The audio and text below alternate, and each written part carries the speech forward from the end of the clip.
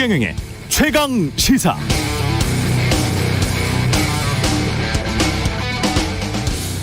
어제 문재인 대통령 취임 4주년 연설에서 경제라는 단어 43번 나왔습니다. 코로나19 대유행으로 인한 경제난을 감안하면 당연한 듯하지만 특히 과거와는 달리 기업에 대한 지원, 기업의 역할을 강조하는 부분이 눈에 띄죠. 일자리 회복에 정책적 역량을 집중하겠고 무엇보다 양질의 민간 일자리 창출에 주안점을 두겠다. 민간 일자리. 특히 기업과의 소통을 강화해서 민간 일자리 창출 기반을 확대해 나가겠다. 기업들까지 힘을 보탠 전방위적 노력으로 우리 국민 2배 분량의 백신을 확보할 수 있었다. 민간 일자리 창출을 위해서 기업과 함께 하고 싶다는 뜻이고 이번 백신 확보에 기업들이 힘을 보탰다는 사실을 명시한 게 두드러집니다. 이건 특기할 만한 것이 지난달 중순에 정의용 외교부 장관 이렇게 말했습니다. 반도체, 배터리 등의 분야에서 우리 기업이 미국과 협력하면 백신 확보에 도움이 될 것이다. 그때는 도움이 될 것이다. 이런 미래형이었는데 한 달도 안 된 이번 대통령 연설에서는 이 부분이 도움이 됐다. 이렇게 과거형이 됐습니다. 사실상 공식적으로 기업의 노고를 치하한 것입니다. 물론 기존 문재인 정부의 기조였던 부동산 투기 차단이나 경제 불평등 문제 해소를 위한 노력도 다시 한번 강조했습니다만 경제를 43번 외치면서 민간 기업들의 일자리 창출에 주안점을 두겠다고 하고 백신 확보에서 기업의 노고를 치하했다는 점을 종합하면 앞으로 1년은 좀 더 우클릭할 가능성이 있겠다. 그런 판단을 하게 되네요. 네, 안녕하십니까. 5월 11일 세상에 이익이 되는 방송 최경영의 최강시사 출발합니다. 저는 KBS 최경영 기자고요. 최경영의 최강시사 유튜브에 검색하시면 실시간 방송 보실 수 있습니다. 짧은 문자 50원, 긴 문자 100원이 드는 샵 9730 무료인 콩 어플에도 의견 보내주시기 바랍니다. 오늘 1부에서는 국민의힘 조경태 의원 연결해서 어제 있었던 문재인 대통령의 취임 4주년 특별 연설에 관한 생각 들어보고요. 2부에서는 여의도 정책맨 더불어민주당 홍익표 의원 만나봅니다.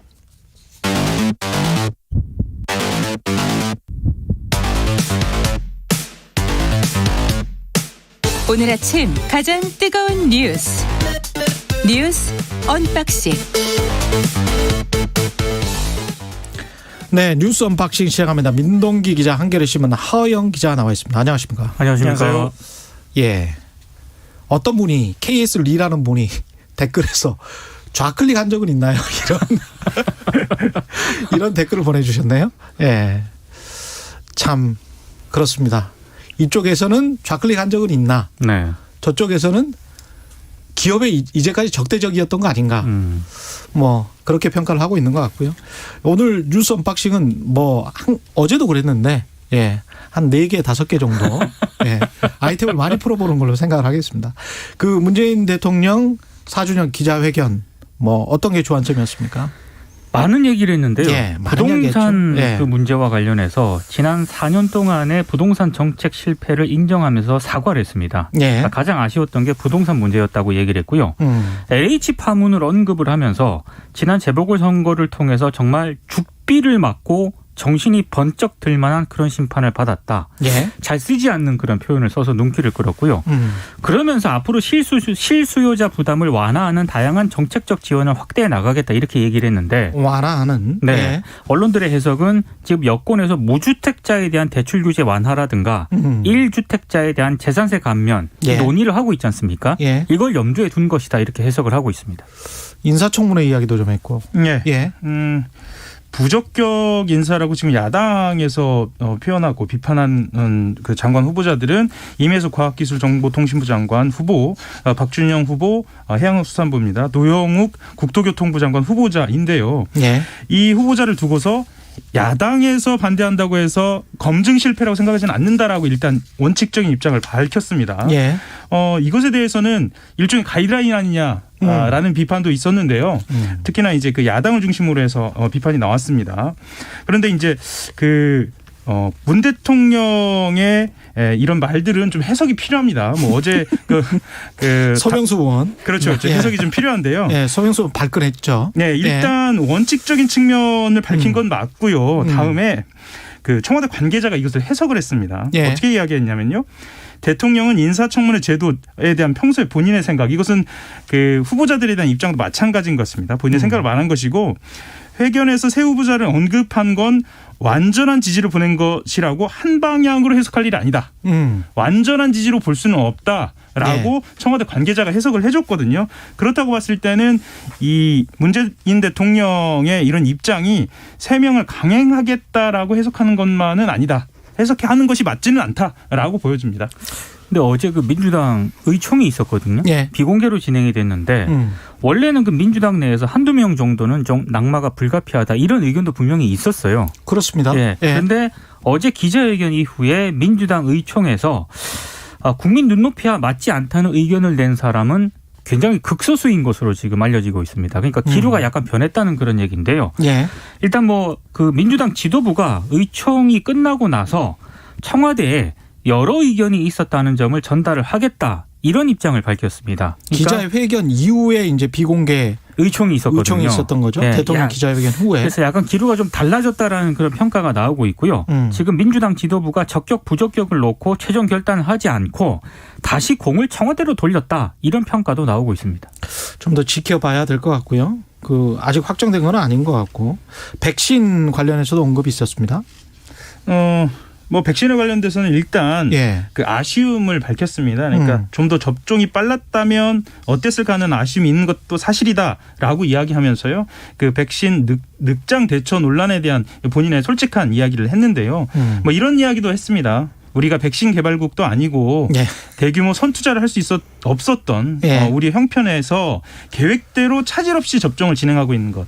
이것에 대해서는 좀 정당한 평가를 받아야 한다. 뭐 이렇게 이야기하면서요. 애초에 계획되었던 그 로드맵보다 조금 더 당길 수 있다라는 자신감을 피력하기도 했습니다. 근데 어제 진짜 재밌었던 거는 문자폭탄 질문이 나왔거든요. 문자폭탄 이야기도 했죠. 근데 이제 자신을 지지하는 분들일수록 예의를 갖춰서 상대를 배려하고 보다 공감받고 지지받을 수 있는 방식으로 문자를 보내주실 것을 간곡히 당부드린다. 저를 지지하는 분들일수록 이런 워딩이 있었습니다. 그렇습니다. 이렇게 얘기를 하면서도 그 정치하는 분들이 보다 여유 있는 마음으로 바라봐도 된다. 또 이런 얘기를 했습니다. 그러니까 좀 여러 가지 좀 재밌는 발언인 것 같습니다. 근데 어떻게 보면 원칙적이고 근데 이제 4년 전과 비교하면 많이 달라진 거죠. 그렇죠. 뭐 방점이 예전 같으면 뒤에 찍혔을 것 같아요. 그러니까 여유 있는 마음으로 정치인들이 바라봐라는 방점이 찍혔는데 이번 같은 경우에는 예의에 찍히는 것 같습니다. 그렇죠. 그렇게 그런 것 같아요. 그때는 양념이었잖아요. 이건 뭐 양념으로 볼 수도 있는 것 아니냐 정치에. 그래서 뭐 별로 대수롭지 않은 걸로 생각을 했는데 이 워딩이 저를 지지하는 분들일수록 예의를 갖춰 상대를 배려하고 어떤 지지받을 수 있는 방식으로 보내주실 것을 간곡히 당부드린다. 이거는 문재인 대통령 지지자들에 대한 분명한 메시지인 것 같습니다.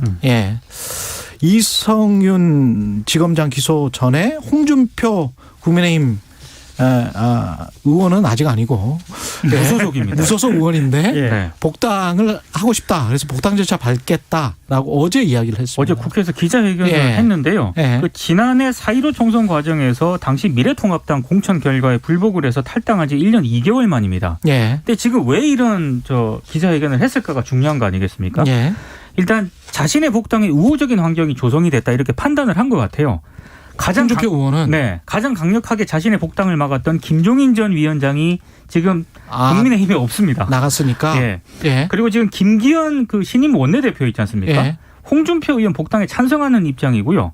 그리고 지금 주호영 의원을 비롯한 중진급 당권 주자들이 역시 홍준표 의원 복당에 찬성을 하고 있기 때문에 중진들은 다 찬성을 하고 때는 지금이다 이런 판단을 한 게 아닌가 싶습니다. 우호적인 건 맞습니까? 초선들은 뭐 반대를 한다는데요. 그러니까 뭐 무주공산 빈집털이 뭐 이런 느낌으로 들어가는 것 같은데요.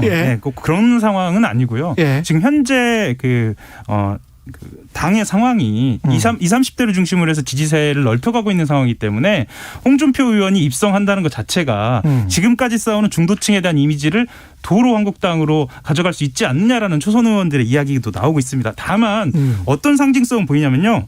대선이 얼마 안 남았습니다. 그렇죠. 300일이 조금 더 남았는데요. 네. 이 정도 시계가 보인다면 홍준표의 등장으로 대선 시계는 이제 본격적으로 돌아가기 시작했다. 뭐 이렇게 볼 수도 있을 것 같습니다. 그렇죠. 정권 교체와 국가 정상화를 위해 한 알의 미랄이 될 것 이렇게 이제 말한 것 보면 정권 교체 그 대선 후보로 다시 한번 해보겠다는 그러니까 윤석열 이야기인 것 같기도 합니다. 윤석열 전 총장을 제외하고요. 국민의힘, 그러니까 지금 무소속이긴 하지만 예전에 이제 국민의힘 의원이었다는 점을 감안했을 때 그 대선 주자들에서는 지지율이 굉장히 높은 편입니다. 홍준표 그렇죠. 의원이. 네. 근데 김웅 의원, 초선 의원들 전체라고 보기는 힘들죠.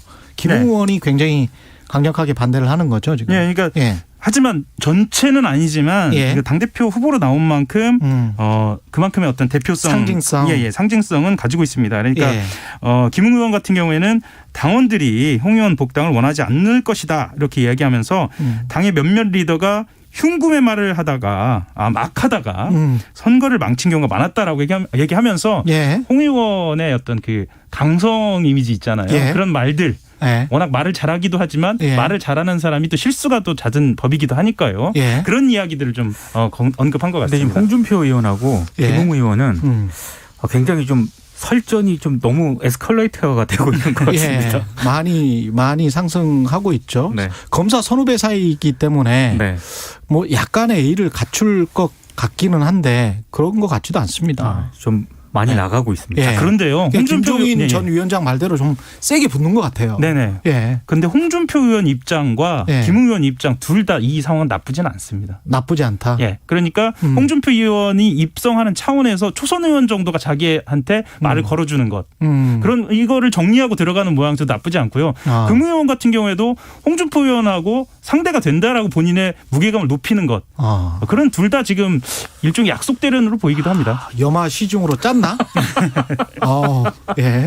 수사심의위, 검찰 수사심의위는 이성윤 지검장 기소하는 게 낫겠다. 이렇게 의견을 냈죠. 그러니까 지금 수사를 중단하고 기소해야 한다. 이렇게 의견을 냈고요. 이 지검장 같은 경우에는 지금 원래 기소가 되면은 이 처음으로 현직 신분의 이제 피의자 신분의 서울 현직 중앙지검장이 되는 그런 셈인데요. 앞으로 어떻게 되는 게 가장 관심 아니겠습니까? 원래 이성윤 지검장이 김호수 검찰총장 후보자가 만약에 취임을 하게 됐을 때요. 6월로 이제 검찰 인사가 예정이 돼 있었거든요. 그때 서울지검장 자리에서 밀려날 가능성이 크다는 게 언론들의 해석입니다. 왜냐하면 기소가 되지 않았을 때 유임이 되거나 뭐 대검 차장검사로 승진하지 않겠느냐라는 그런 예상이 나왔는데 지금 피고인 신분으로 검찰의 요직을 맡기는 것은 지금 정권 차원에서 좀 부담이 되지 않겠느냐 이런 해석이 나오고 있거든요. 그래서 그렇죠. 언론들의 해석은 좀 굉장히 좀 부정적입니다.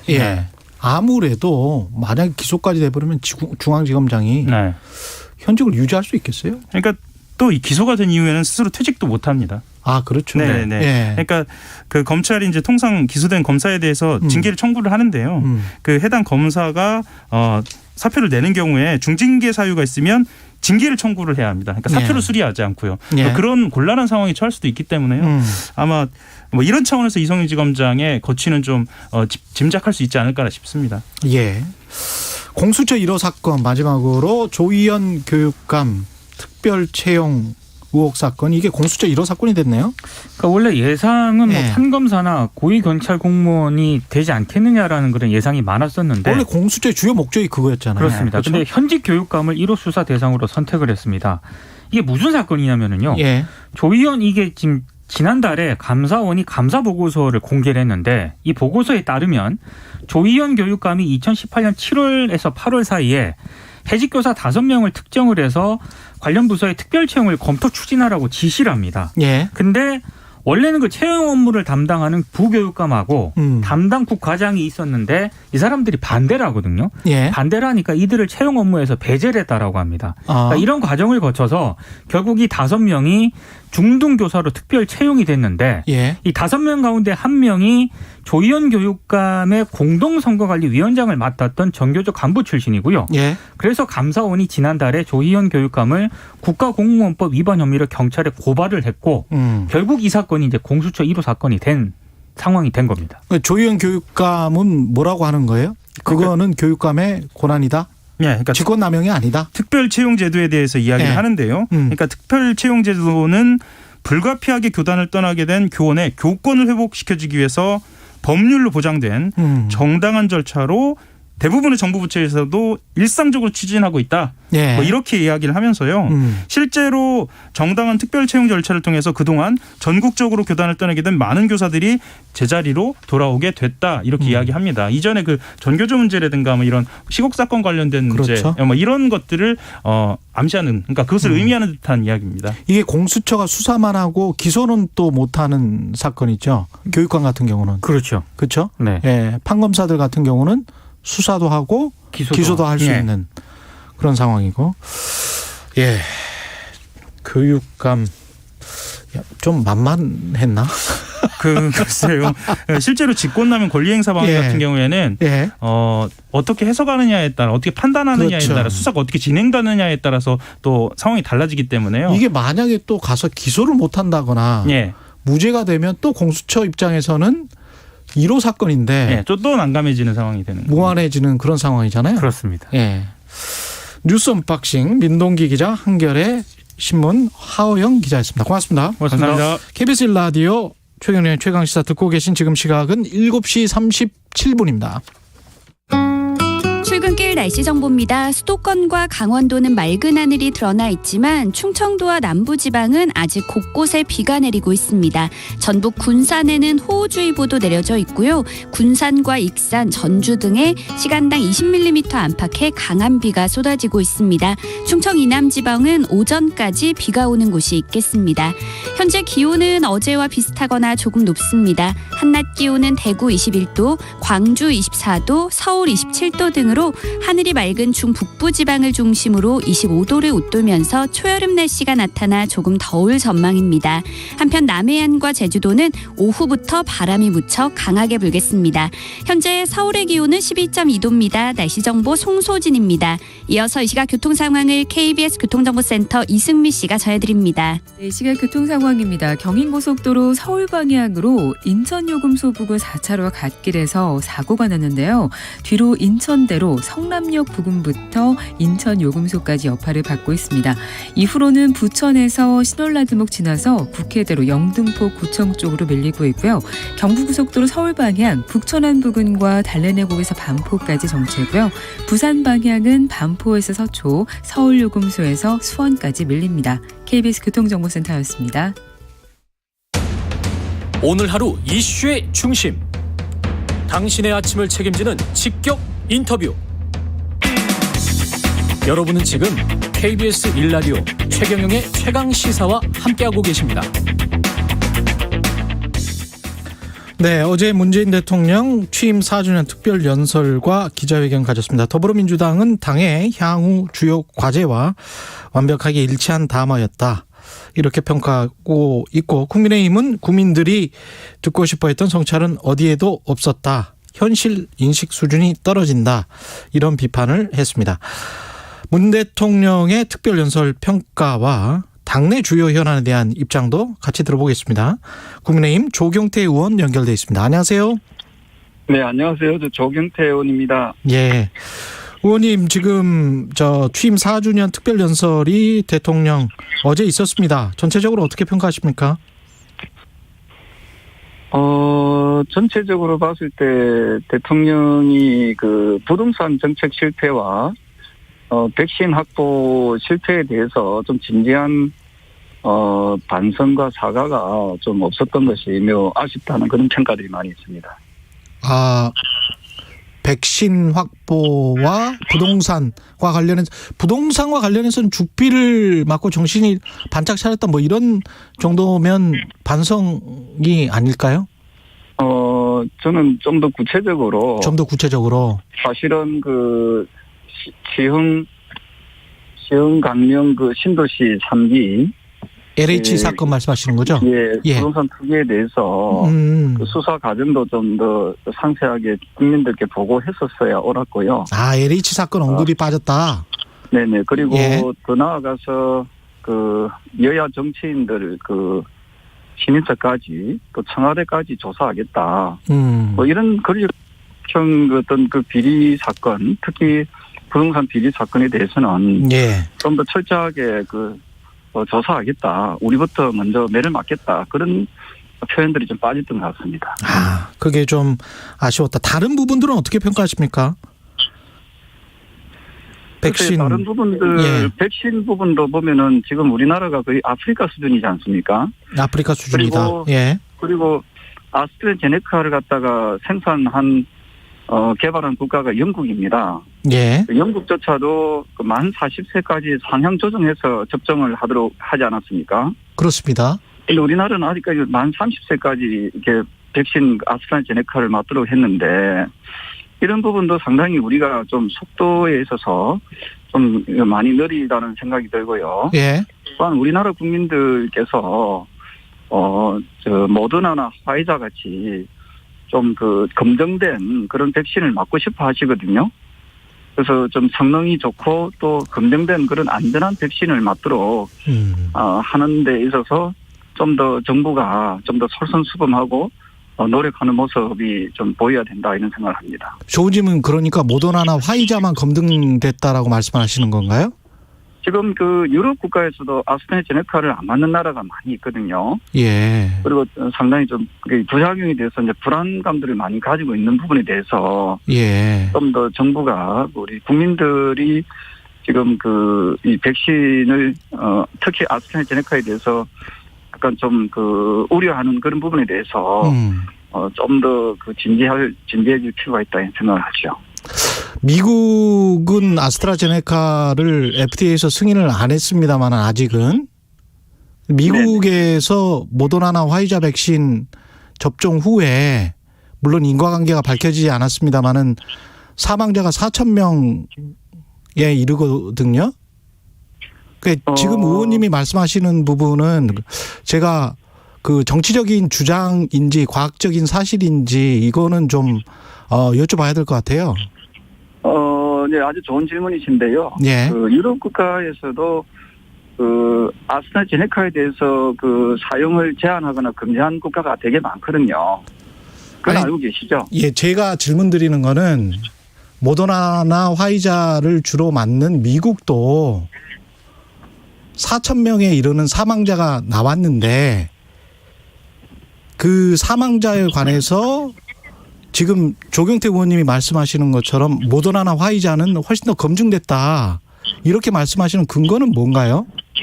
그게 과학적으로도 증명이 되어 있거든요. 화이자나 모더나가 아스트라제네카보다 이 여러 가지 상황에서 효능 면에서도 더 좋다고 밝혀지지 않았습니까? 혹시 우리 사회자님께서 아스트라제네카의 효능이 몇 %인지 알고 계십니까? 아니, 말씀해 보십시오. 아니, 제가 질문을 드렸잖아요. 66% 되거든요. 60%. 그게 과학적으로 66%와 70%와 90%가 어떤 백신의 효능에 관해서는 말할 게 없다라는 건 의학자들이 계속 이야기를 하고 있는 건데요. 아니죠. 사회자님께서는 너무 일방적으로 보시는데 이미 임상 실험에서 아스트라제네카는 60%의 효능이 나타난 걸로 드러나 있고요. 모더나나 화이자는 95%의 효능이 있는 걸로 드러나 있지 않습니까? 그리고 왜 미국에서는 아스트라제네카를 안 맞고 저도 안 맞고 모더나나 화이자는 맞는지, 그리고 유럽에서는 왜 아스트라제네카의 접종을 제한하고 접종 금지하는 국가가 늘어나는지 이런 데에 대해서 우리가 냉정하게 봐줘야 된다 이겁니다. 만약에 FDA에서 5월이나 6월 아스트라제네카 백신을 승인을 하면 그러면 그때 맞춰야 되는 겁니까? 글쎄요, 저 같은 경우는 아스트라제네카하고 화이자나 모더나가 있다면 저는 화이자나 모더나를 접종을 하겠습니다. 저는. 네, 우리 알겠습니다. 사회자님께서는 뭐 어떤 접종의 선택은 뭐 자유이긴 한데 저는 화이자나 모더나를 맞겠습니다. 아니 이제 과학자나 의사분들 의견과는 많이 달라서요. 그 부분은 정치적인 주장을 떠나서 제가 공영방송 입장에서는 사회자께서는 과학자의 주장이라고 하는데 과학적 근거가 뭡니까? 과학적 근거는 이미 다 드러나 있지 않습니까? 사회자님께서는 뭐가 드러나 있죠? 한쪽 편을 자꾸 드는 느낌이 드는데요. 아니 무슨 한쪽 편을 든다고 말씀하시는 거예요? 국민들한테 물어보십시오. 국민들한테 화이자나 모더나하고 이런 식으로 백신 불안을 선전하고 선동하는 거는 굉장히 좀 하는 게 아니고 그걸 국민들한테 물어보시라니까요. KBS가 국민들한테 물어보시라는 거는 또 무슨 의미십니까? 국민들께서 지금 화이자나 모더나의 접종을 원하고 있다 이 말입니다. 아스트라제네카를 기피하는 이유를 제가 설명해 드리는 거지요. 보다 안전하고 검증된 그 백신을 맞게 할 우리 국민들한테 그런 국민들은 그런 권리가 있는 거 아닙니까? 정용택 의원님은 의사 출신은 아니시잖아요, 그죠?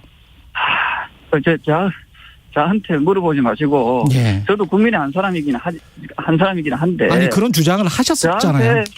저한테 만약에 화이자나 아스트라제네카 둘 중에서 선택하라면 저는 화이자를 선택하겠습니다. 알겠습니다. 삼성전자 부회장 사면론에 관련해서 대통령이 쉽게 결정한 사안이 아니라고 하면서도 충분히 국민의 많은 의견을 들어 판단하겠다. 이렇게 이야기를 했거든요. 이미 국민들은 70%가량이 그 사면을 해달라는 여론조사가 있었지 않습니까? 네. 그리고 저는 사면을 하자 말자보다는 지금 예. 재판 중에 있기 때문에 재판 중에 있는 걸 사면한다고 해서 이치적이 안 맞지요. 그래서 저는 조기 뭐 가석방 형태로 해가지고 그 일단 일시적인 석방을 통해서라도 지금 그 우리나라 경제가 매우 어렵지 않습니까? 그죠? 예. 그 어려운 경제를 풀어나가는데 조금이라도 보탬이 된다면은 또한 그 조금 전에 말씀드렸던 그 백신 확보 문제에 있어서도 예. 지금 정부가 한계에 부딪혀 있다면은 이런 그 민간 외교를 통해서라도 우리 국민의 안전과 생명을 지켜낼 수 있는 그런 백신 확보 문제에 있어서도 충분히 좀 그 이재용 회장 같은 분들을 좀 투입시킬 필요가 있지 않을까 이런 생각을 합니다. 투입시키기 위해서 사면을 해야 된다 그런 말씀이신가요? 우리 사회자님께서 말씀을 참 원하던데요. 예. 일시적인 석방하고 사면은 다르잖아요. 아 일시적인 석방. 예.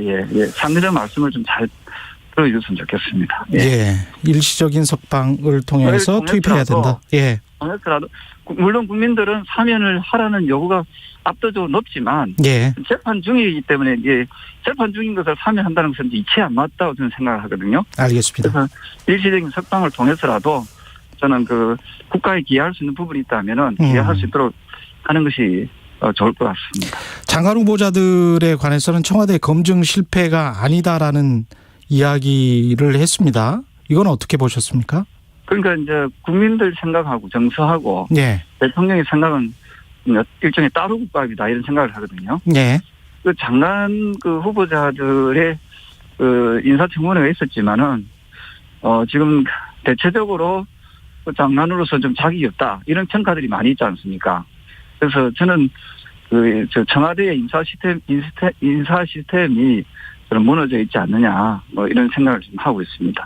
이게 김부겸 국무총리 후보자에 대한 인사청문 보고서 경과 보고서 채택이 불발됐는데 이걸 연계시키는 거죠 지금 국민의힘은 장관 후보자들의 거취 문제와 아니요 그 총리 후보자 역시도 지금 라임 그 옵티머스 라임 그 펀드 사건에 좀 연루된 걸로 나타나 있는데 그걸 어떻게 보십니까? 저한테 왜 자꾸 물어보세요? 아니, 지금 보면은 예, 저는 정치인이 아니에요. 예. 라임 옵티머스 사건이 제가 이제 예. 의원님 대물을 본 이유가 라임 예. 옵티머스 사건이 예. 지금 그 역대 최고의 사기 금융 사건이지 않습니까? 예. 거기에 총리 후보자의 그 가족이 지금 에 대한 의혹이 아직까지 명확하게 해소되지 않은 것 같습니다. 예. 그 부분에 대해서도 총리 후보자가 예. 명확하게 그 가족들이 그 연루된 부분에 대해서 명확한 입장을 밝혀야 되고요. 예. 하필이면은 왜 지금 경제도 어렵고 하는 상황에서 정치인 총리를 왜 시키는지, 그것도 뭐 같은 뭐 당 출신입니다만은 이런저런 부분들이 너무 정치적으로 계산하고 있는 거 아닌가. 예. 그런 그 많은 아쉬움을 가지고 있고요. 예. 저는 어떤 정치적으로 편향된 총리 후보보다는 지금은 그 경제를 살릴 수 있는 경제 총리, 실무형 총리가 더 바람직하지 않았나 이런 생각을 합니다. 그러니까 이제 김부겸 국무총리 후보자 자체도 문제가 있다 이런 말씀이시네요. 그럼요. 그러니까 라임 옵티머스, 라임 사건에 그 연루돼 있는 그 총리 후보자를 왜 하필이면 이 시기에 기용을 했는지에 대해서 저는 매우 좀 답답하다 이런 생각을 하지요. 예. 그 민주당이 그럼에도 불구하고 지금 야당의 반발이 심한데 이게 일방적으로 처리할 가능성도 있을까요? 글쎄요, 그거는 뭐 지난번 4.7 보궐선거의 결과에서도 드러났다시피, 예. 저는 그 이제는 총리나 국무위원을 갖다가 일방적으로 임명하는 것은 상당히 여권에서는 정부 여당에서는 상당히 좀 부담스러운 부분이 없지 않아 있지 않겠나 하는 생각을 하고 있습니다. 그렇군요. 그 무소속 홍준표 의원은 어제 국민의힘 복당 의사를 공식 표명을 했습니다. 그리고 대권과 관련해서는 들어가서 이야기하자 그런 말씀이었는데요. 어떻게 보십니까? 지금 현재 당내 분위기는 어떤가요? 제 생각에는 지금 우리 당이 내년에 대선에서 승리하려면은 반문재인 정권의 반문재인 그 어떤 정권에 부합되는 인물이라면은 저는 누구든지 다 받아들여야 된다 이런 입장이거든요. 반문재인 세력은 모두가 다 규합돼야 된다. 네. 하나가 돼야만이 내년에 정권을 교체할 수 있다 이렇게 보고 있기 때문에 홍준표 전 대표뿐만 아니라 안철수 국민의당 대표 그리고 윤석열 전 검찰총장 그리고 여권 인사로 분류되어 있는 최재형 감사원장까지 저는 그 함께 할 수 있는 세력이 있으면은 저는 모두가 다 대통합의 정신으로 가는 것이 바람직하지 않을까 이런 생각을 하고 있습니다. 감사원장은 그런데 정치적 중립을 지켜야 되는 거 아닙니까? 제가 이야기하고 싶은 것은 그분이 만약에 정치를 하신다면은 지금은 당연히 말씀대로 정치적 중립을 지켜야 되겠지만 이분도 지금 이 밖에서 보면은 감사원장에 대한 평가도 아주 좋거든요. 그래서 그 이런 부분에 대해서는 저희 그 당에서 좀 더 많은 고민과 전략적인 그런 고민들을 해야 된다 이런 입장입니다. 그렇군요. 지금 현재 이제 당대표 선출 6월에 할 것 같은데 굉장히 좀 후보자가 많은 것 같습니다. 어떻게 보세요? 네, 후보자가 저는 많이 나온다는 것 자체가 어쨌든 당을 위해서 봉사하겠다는 분들이 많이 나오시는 거라고 보고 있거든요. 바람직하다. 네, 저는 뭐 민주 정당에서는 뭐 여러 후보들이 나와서 저는 그 선의의 경쟁을 벌림으로써 어차피 나오시는 분들이 다 당을 위해서 헌신하고 봉사하겠다는 분들이니까 저는 선의의 경쟁을 잘 해주기를 저는 기대하고 있습니다. 조경태 의원님도 지금 출마 준비 중이십니까? 당대표? 네, 오늘 오전 11시 20분에 국회 소통관에서 출마 기자회견을 할 계획이 있습니다. 그렇군요. 그렇게 해서 이제 나오시게 되면은 정말 한 10분 정도 나오시게 될 것 같은데. 네, 한 8분 정도로 저는 보고 있습니다. 그렇게 되는군요. 혹시, 언론에서 지적하는 것들 있지 않습니까? 김기현 원내대표가 영남이기 때문에 영남당 논란, 도로 영남당 논란, 저도 뭐 이런 말씀 드리기가 약간 좀 저한데. 저는 좀 약간 이해가 안 되는 게 민주당에서는 그 호남 출신의 당대표, 호남 출신의 원내대표, 호남 출신의 국무총리가 있다 해가지고 호남당이다, 전라도당이다 이야기 안 하거든요. 그런데 왜 하필이면 우리 당에서는 이렇게 편을 나누고 지역을 논하는지 상당히 좀 이해가 되지 않고요. 당 내에서도 그런 말이 나오지 않습니까? 그럴 수도 있겠죠. 그런데 그런 부분에 대해서 언론도 많이 부추기는 것 같고요. 예. 그래서 일종의 그 민주남불인지 민주당은 괜찮고 예, 국민의힘은 뭐 안 되는지 민주국불 이 부분에 대해서 좀 더 냉정하게 냉철하게 판단해 줘야 될 몫이라 보고요. 예. 저는 지역보다는 그 인물이 과연 대표로서 당의 대표로서의 자격이 있는지 자질이 있는지 이것은 당원들과 국민들이 선택할 몫이지. 예, 그래서 일부 언론이나 일부 정치권에서 논할 문제는 아니다. 이렇게 보고 있습니다. 마지막으로 이성윤 지검장 수사심의 기소 의견은 어떻게 보셨습니까? 한 20초 정도 남았습니다. 네, 그거는 조금 더 좀 살펴봐야 될 그런 부분들이 있을 것 같습니다. 예. 제가 이 부분에 대해서 가타부터 얘기하는 것은 아직까지는 맞지 않는 것 같습니다. 예, 오늘 말씀 감사하고요. 국민의힘 네네, 조경태 의원이었습니다. 고맙습니다. 네, 고맙습니다. KBS 1라디오 최경영의 최강시사 1부는 여기까지고요. 잠시 2부에서는 여의도 정책맨 더불어민주당 홍익표 의원 만나보겠습니다. 잠시 후에 뵙겠습니다.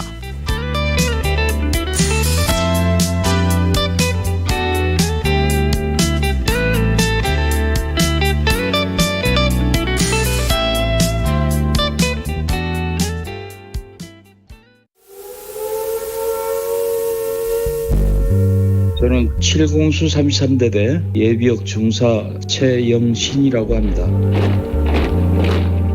2021 KBS 연중기획 기억을 기록하다. 주남마을 안쪽에 있는 산 중턱이었어요. 그 밑에서 웅성웅성하는 소리가 들렸어요.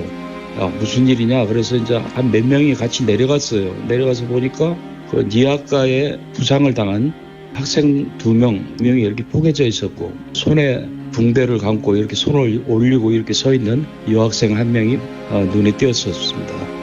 살려달라고 또 애원하는데 거기서 한 몇 명이 그 니아카를 끌고 조금 있으니까 총소리가 탕탕탕탕 이렇게 나는 거예요. 그 애들이 죽었구나. 거기 같이 따라 내려갔던 사병이 올라왔길래 물어보니까 거기에 그 하사 한 명이 대검으로 찌르고 그 다음에 이제 소나무에다 기대 놓고 총을 쏴갖고 죽이는 걸 봤습니다. 그렇게 얘기를 하더라고요.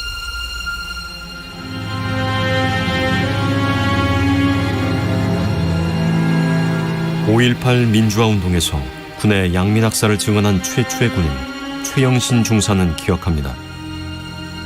계엄군은 무고한 민간인들에게 무차별 사격을 가했고 그 현장을 양심 선언한 최 중사는 배신자라는 낙인과 계엄군이라는 비난 속에 서 있습니다. 40년이 지났어도 5.18은 진행형이고 5월은 여전히 아픈 달입니다.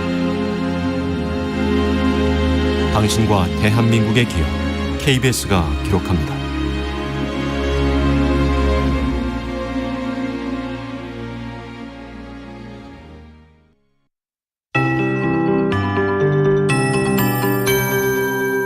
KBS 58분 날씨.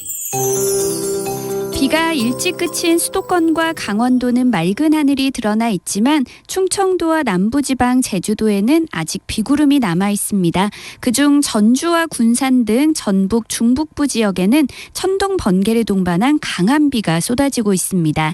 충청 남부와 전남 북부 지역은 아침까지, 전북과 경북 남부, 경남 북부 지역은 오전까지 비가 조금 더 이어지겠고요. 수도권과 강원도는 오늘 대체로 맑겠습니다. 하늘이 맑은 중북부 지방은 낮 기온이 크게 올라서 초여름 날씨가 나타나겠습니다. 서울과 춘천의 낮 기온이 27도가 예상되고요. 광주는 24도, 대전 23도, 강릉 제주 22도, 대구 21도, 부산 19도 등으로 동쪽 지역을 중심으로 20도 안팎에 머물겠습니다. 오후부터는 제주도와 남해안에 바람이 매우 강하게 불겠고 지금 강원 영동과 경남 해안에는 건조주의보가 발효 중이어서 불조심하셔야겠습니다. 오늘 미세먼지 농도는 전국이 좋음을 보이며 공기는 깨끗하겠습니다.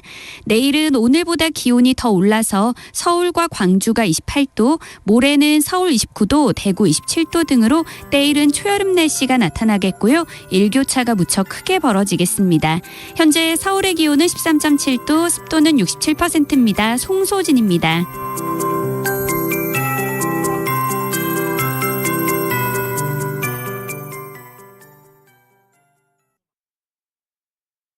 정성을 다하는 국민의 방송 KBS가 8시를 알려드립니다. AM 711kHz, FM 97.3MHz, KBS 1라디오입니다. HLKA.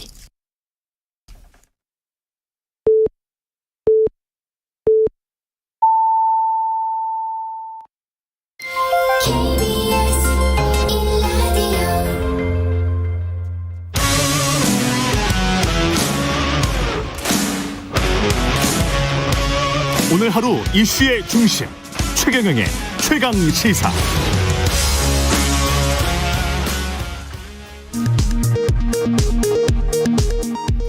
라디오 정보센터 뉴스입니다. 더불어민주당 송영길 대표와 최고위원들은 오늘 오전 국회에서 재선 의원 49명과 간담회를 개최합니다. 야당이 반대하는 장관 후보자 3인의 거취, 재보궐선거 참패 후 당의 쇄신 방향 등 다양한 현안이 다뤄질 것으로 보입니다. 수원지검 수사팀이 이르면 오늘 이성윤 서울중앙지검장을 직권남용 등의 혐의로 기소할 방침인 것으로 알려졌습니다. 이 경우 헌정사상 처음으로 전국 최대 규모의 검찰청 수장인 서울중앙지검장이 피고인 신분으로 재판을 받게 됩니다. 국세청 자료에 따르면 지난해 코로나19 사태로 인해 자영업자 29개 업종의 매출액이 19조 4천억 원 넘게 감소한 것으로 나타났습니다. 이 중 음식점업의 감소액은 5조 7,323억 원으로 피해가 가장 심각한 것으로 파악됐습니다. 미국 뉴욕 증시가 현지 시간 10일 대형 기술주들의 부진 속에 일제히 하락했습니다. 특히 기술주 중심의 나스닥 지수는 인플레이션 우려 등으로 2.55% 떨어진 13,401.86에 각각 장을 마감했습니다. 지금까지 라디오 정보센터 뉴스 아나운서 정은승이었습니다. 정책 브레인이 최강 시사에 떴다. 여의도 정책맨. 네, 매주 화요일 여당 최고의 정책 브레인 더불어민주당 홍익표 민주연구원장으로부터 전국의 뜨거운 현안과 정치에 대한 여당의 고민 들어보는 시간입니다. 여의도 정책맨, 오늘도 더불어민주당 홍익표 민주연구원장 나오셨습니다. 안녕하십니까? 네, 안녕하세요. 예, 민주연구원장이 되신 겁니까? 예. 계속 하고 있었습니다. 아, 하고 있으셨군요. 예. 예. 네, 최경영의 최강시사 유튜브에 검색하시면 실시간 방송 보실 수 있고요. 스마트폰 콩으로 보내시면 무료입니다. 문자 참여는 짧은 문자 50원, 긴 문자 100원이 드는 샵 9730 무료인 콩 어플에도 의견 보내주시기 바랍니다. 문재인 대통령 남은 1년 국정운영 구상 밝혔고요. 취임 4주년 연설. 야당의 평가는 독선과 아집을 지속하겠다는 대국민 선전보고, 이런 논평도 나왔네요. 어떻게 생각하십니까? 글쎄요, 뭐 어느 부분이 독선이고 어느 부분이 아집인지 모르겠습니다. 그냥 뭐 무조건 비판만 하고 보자 이런 것 같은데. 예. 어제 대통령 그 4년 그째 되는 4주년 맞이하는 대통령의 연서 그 기자회견에서는 그 지금까지 어떤 고민과 앞으로의 어떤 과제 이런 것들에 대해서 여러 가지 생각이 복잡하게 담겨 있다고 생각을 합니다. 예. 성과도 있었고 또 본인이 의도하지 않았던 부작용으로 인해서 정책적 어려움을 초래한 면도 있고 또 예. 한반도 문제, 평화 문제가 진전되지 않은 것에 대한 어떤 답답함이나 아쉬움, 그럼에도 불구하고 남은 1년간 그 최선을 다하겠다라는 이런 내용이 있었기 때문에요. 제가 보기에는 독선과 아집보다는 그냥 뭐 솔직하게 현 상황에 대한 평가와 앞으로의 그 과제를 담담하게 얘기한 그 기자회견이 아니었나 생각합니다. 국민의힘 입장에서 봤을 때는 독선과 아집이라고 지적한 부분이 아마도 장관 후보자와 관련된 부분일 것 같긴 한데, 관련해서 야당이 반대한다고 검증 실패라고 생각하지 않는다, 이렇게 말씀하셨거든요. 그 내용을 자세히 보면요. 검증엔 각각의 단계가 있습니다. 그러니까 청와대가 검증하는 단계가 있고요. 그다음에 청와대에서 이제 검증이 끝나서 발표하면 언론에서도 검증하지 않습니까? 예. 또 국회도 검증을 하고요. 그러니까 청와대가 그러니까 그 얘기인즉슨 언론이나 국회에서 검증하는 과정에 이러저러한 문제가 터져 나왔다고 해서 청와대의 검증이 실패했다, 이렇게 얘기할 수 없다라는 거죠. 각각의 역할이 있다라는 거죠. 만약에 청와대 검증으로 다 끝난 거로 간주한다면 예. 언론과 국회의 검증이 필요 없겠죠. 인사청문회가요. 그래서 언론과 국회에서 검증을 해서 청와대가 다시 판단을 하는 거죠. 그런 얘기입니다. 그래서 그 얘기는 그냥 각각의 네. 청와대는 청와대의 몫이 있고 언론과 국회는 국회의 몫이 있다라는 걸 그냥 인정한 것으로 저는 이해를 하는데 그걸 뭐 야당이 뭐라 하든 뭐 나의 길을 가겠다 이렇게 해석할 필요는 없는 거고요. 다만 아쉬운 거는 인사청문회 제도가 지금 계속 이제 그 뭐 여야가 바뀔 때마다 뭐 내로남불 얘기가 반복돼 왔죠, 사실은. 예. 뭐 우리 당이 야당일 때 비판했던 점 또 지금 국민의힘이 여당 시절에 했던 얘기들하고 뒤에 되돌아보면 서로 간에 거의 그 거울 효과처럼 나타나고 있는 건데요. 고민은 그겁니다. 대통령 입장에서는 좋은 사람과 능력 있는 사람의 균형을 잡기가 참 쉽지 않다. 지금 제도에서. 네. 그러니까 도덕적으로 결함이 없는 사람을 쓰려고 하다 보니 약간 능력에 문제가 있고 이 어려움이 있어서 이 문제에 꼭 능력 있는 사람을 쓰려다 보니까 그 도덕적 결함이 있는 문제에 대해서 그러니까 국회가 인사검증을 할 때 그런 문제를 좀 더 총괄적으로 봐서 도덕성과 능력을 종합적으로 해서 평가해 줬으면 좋겠다라는 아쉬움을 전 토로했다 이렇게 생각을 합니다.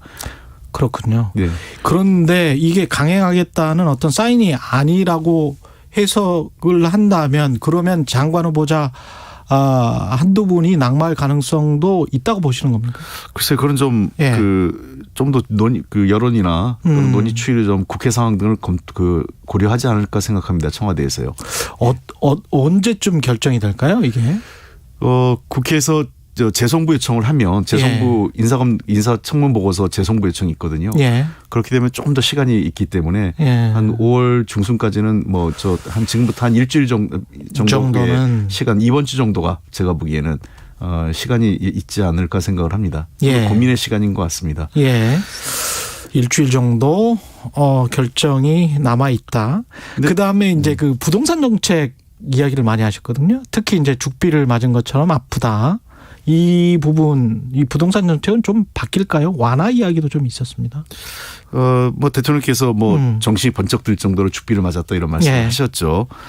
실제로 뭐 우리 당에서 그 재보궐선거 결과의 가장 큰 이 요인 중에 하나는 부동산 정책에 대한 국민의 평가로 저희들이 보고 있고요. 그런 측면에서 대통령께서도 부동산 정책에 대해서의 그 미세 조정은 분명히 했지만 바꿔야 될 부분과 유지해야 될 측면을 좀 분리해서 말씀을 하신 것 같습니다. 그러니까 투기를 금지하고 그다음에 실수요자를 좀 보호하고 그다음에 부동산 공급을 통해서 집값을 좀 더 하락 안정화시킨 이런 부분에 대해서는 원칙적인 측면을 강조하신 거였고요.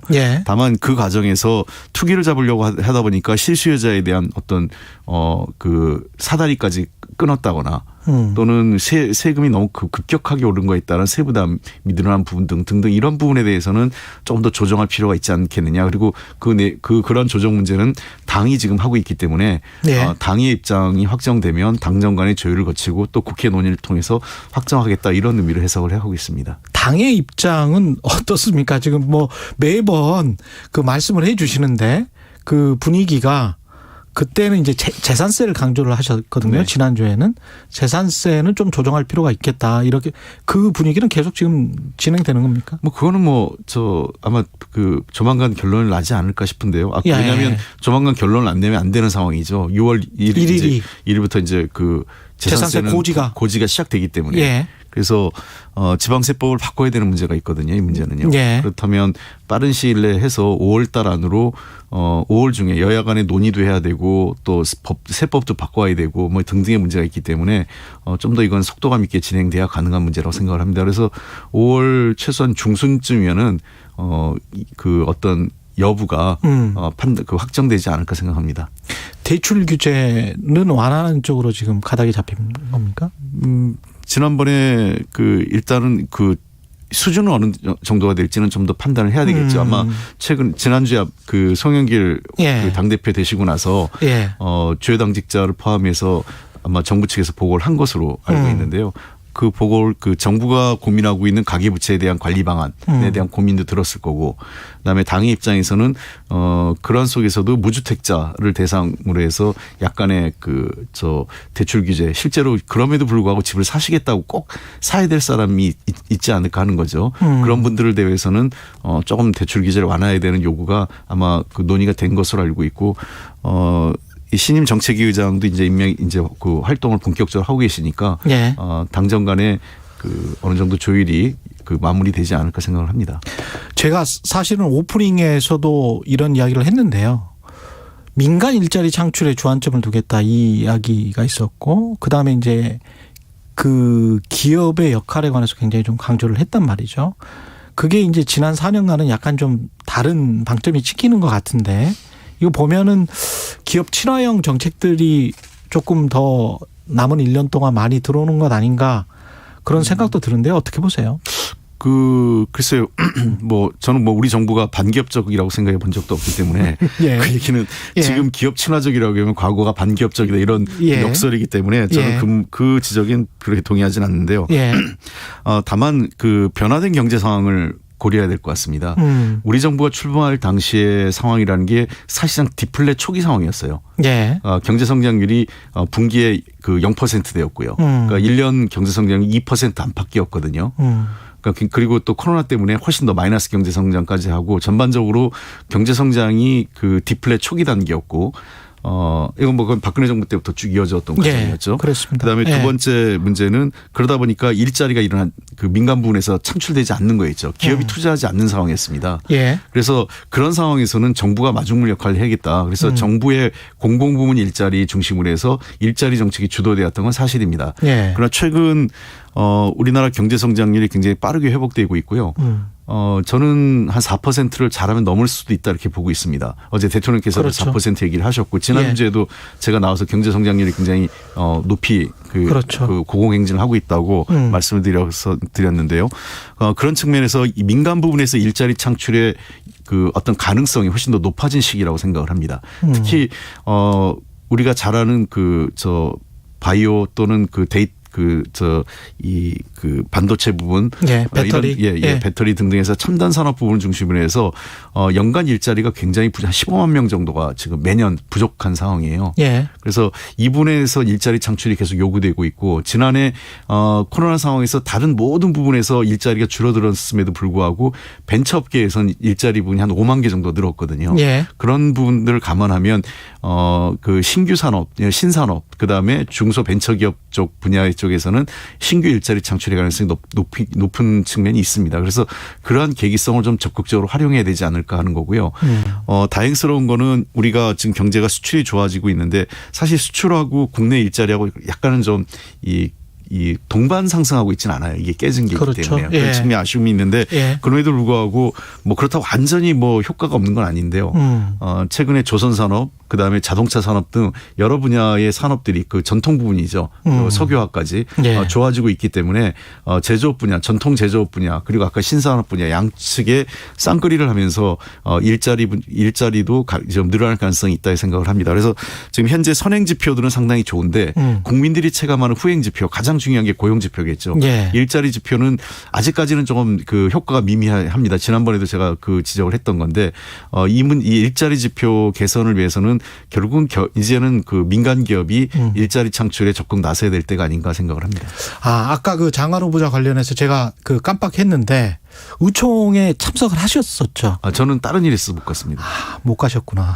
그 분위기를 좀 여쭤보고 싶었는데 낙마 의견이 거의 없었다는 식의 보도가 나왔거든요. 그거는 사실인지 아닌지 그것도 좀 확인해 보고 싶고 그래서. 글쎄요. 그거는 저 현재까지는 당 대변인께서 얘기하신 거니까 그렇게 얘기를 해 주셨으면 좋겠습니다. 당 대변인 이야기가 공식 의견이다. 참석을 하지 않았군요. 아쉽네. 일단 그리고 문자폭탄 관련해서도 문재인 대통령이 지지자라면 A를 갖춰달라. 방식을 좀 달리해달라 이런 이야기였습니다. 저는 이게 문자폭탄 문제가 이렇게 논란이 되는 이유가 잘 모르겠습니다. 그리고 문자폭탄이란 말 자체도 일종의 뭔가 이 선입관이 전제된 표현인데요. 대량의 문자를 보내고 계신 거죠. 그렇죠. 그 지지자들이. 그럼 대량의 문자. 문자 폭탄이 아니고 다량 문자. 그 많은 문자가 받아본 건 아마 웬만한 정치인들은 받아봤을 거예요. 그게 상대편 반대 쪽으로도 물론이고 또 우리 지지자들 저도 여러 차례 받아서 어떤 때는 그냥 전화기 손에서 놓고 아예 꺼놓거나 이런 적도 있었는데 그 문자를 보내는 것은 또 하나의 저는 국민적 권리라고 생각합니다. 첫째 기본으로요. 예. 다만 대통령께서 얘기하신 거고 저도 좀 그랬으면 좋겠다는 것은 그러한 문자에 여러 가지 얘기들을 담아서 보내는 건 좋지만 욕설이나 또는 뭐 어떤 비하하는 문자 이런 것들은 가급적 자제하는 게 성숙한 민주시민으로서 필요한 거다. 저는 대통령께서도 문자 보내는 것 자체의 문제가 아니라 예의를 갖춰달라는 거는 그 내용에 있어서 예. 조금 더 좀 정제된 표현을 좀 했으면 좋겠다라는 말씀이고요. 저도 개인적으로 대통령 말씀에 굉장히 공감을 합니다. 문자를 보내는 것 자체가 왜냐하면 정치인들 문자 많이 보내잖아요. 뭐 그 동의 받고 보내나요? 그렇지 않지 않습니까? 그렇죠. 좀 보내는 거고 문자를 주고받고 그 정치적 행위로서 왜냐하면 과거와 같이 이 새로운 수단으로 지금 휴대폰이 그렇죠. 그 가장 유력한 정치 활동의 수단이겠어요. 정치인은 국민에게 자기의 정치적 메시지를 전달하는 거고 국민 역시 자기의 정치적 메시지를 정치인에게 전달하는 건데 그 과정에서 좀 더 그 정제된 표현 그리고 확실한 메시지를 서로 주고받는 게 좋은데 그거보다는 그냥 너무 감정이 포함된 것은 바람직하지 않다라는 거고 대통령 말씀도 그런 측면에서 조금 더 예의를 갖췄으면 좋겠다라고 얘기하신 것 아닌가 생각을 합니다.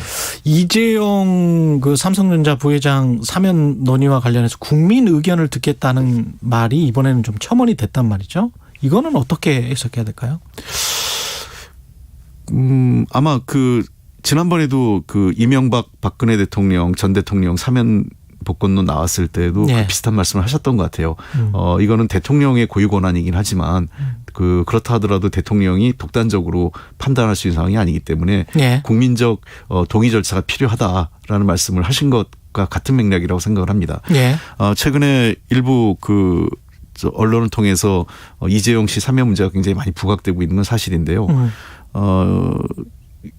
또 반대 의견도 상당히 있습니다. 과연 그러면은 뭐 유전무죄, 무전유죄라는 표현처럼 돈이 네. 있으면 또 사면 받고 돈이 없으면 사면 못 받는 거냐 이런 비판도 분명히 있고 이게 우리 사회에 지금 몇 년간 계속 논란이 되고 있는 공정성의 문제하고도 맞물려 있는 거 아니겠습니까? 그런 측면에서 물론 이재용 씨가 가지고 있는 어떤 지위나 역할에 있어서 현재 한국의 반도체 위기 상황, 그러니까 거의 반도체 대란이라고 할 수 있는 그리고 또 국제 경제에서 백신 수급과 관련돼서 일정한 역할을 할 수 있다는 지적에 따라 사면하고 좀 역할을 할 수 있게 해주는 게 필요하지 않느냐는 지적도 일리가 없는 건 아니지만 그러기 위해서는 조금 더 사회적 논의가 무르익고 그 사회적 논의를 바탕으로 해서 해야 되는 거지 그런 일부의 주장만 갖고 바로 사면 복권을 대통령이 결행하기 쉽지 않을 것으로 저는 생각을 합니다. 그런 고민의 단상을 대통령이 국민적 동의 절차를 의견을 좀 듣는 절차가 필요하지 않나라는 말씀을 하셨지 않나 생각을 하고요.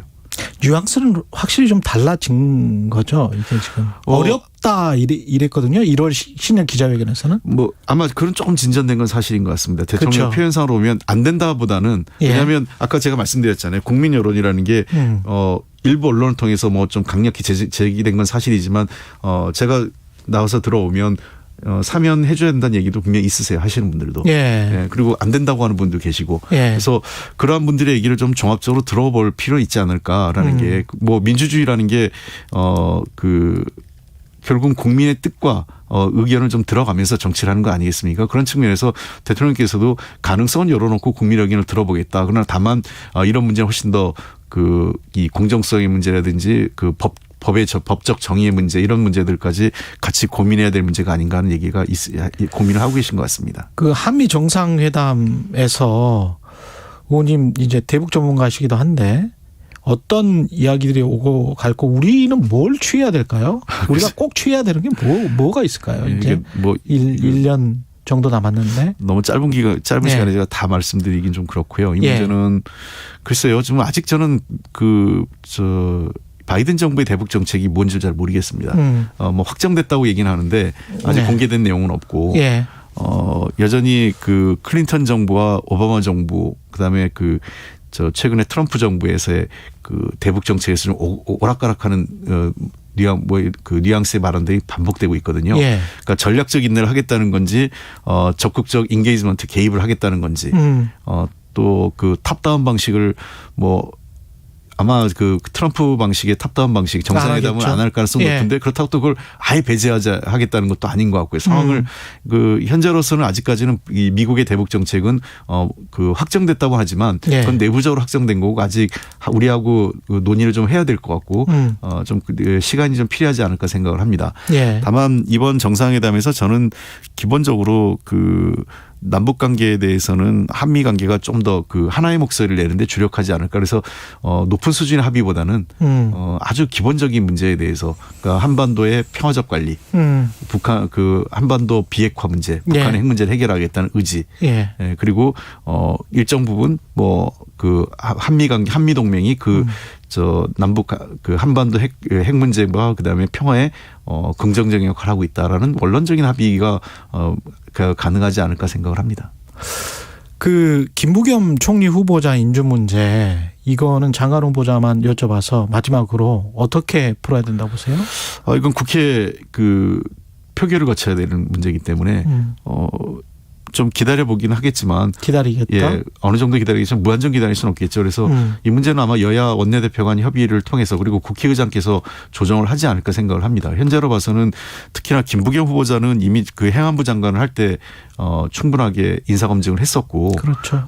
이번에도 청문회 과정에서 특별하게 문제가 도드라진 건 없다고 저희들은 보고 있어요. 특히 근데 다만 야당 라임 이야기하고 있고요. 근데 라임 문제가 그건 법적으로 따져볼 문제고 아직까지 한 번도 김부겸 장관이 법적 책임을 져야 될 문제나 이런 거는 전혀 나오지 않고 있는 상황이거든요. 그래서 도리어 다른 장관하고 인사청문회 결과를 연계해서 지금 붙잡고 있는 모양새이기 때문에 뭐 여야 간에 좀 협의는 해보겠지만 불가피한 경우에는 그 당도 좀 비상한 결심을 해야 되는데 그런 상황이 오지 않도록 여야가 좀 잘 협의를 했으면 좋겠습니다. 오늘 말씀 감사합니다. 여의도 정책맨 더불어민주당 홍익표 민주연구원장이었습니다. 고맙습니다. 네, 감사합니다. 공정, 공익, 그리고 균형. 한 발짝 더 들어간다. 세상에 이익이 되는 방송. 최경영의 최강시사.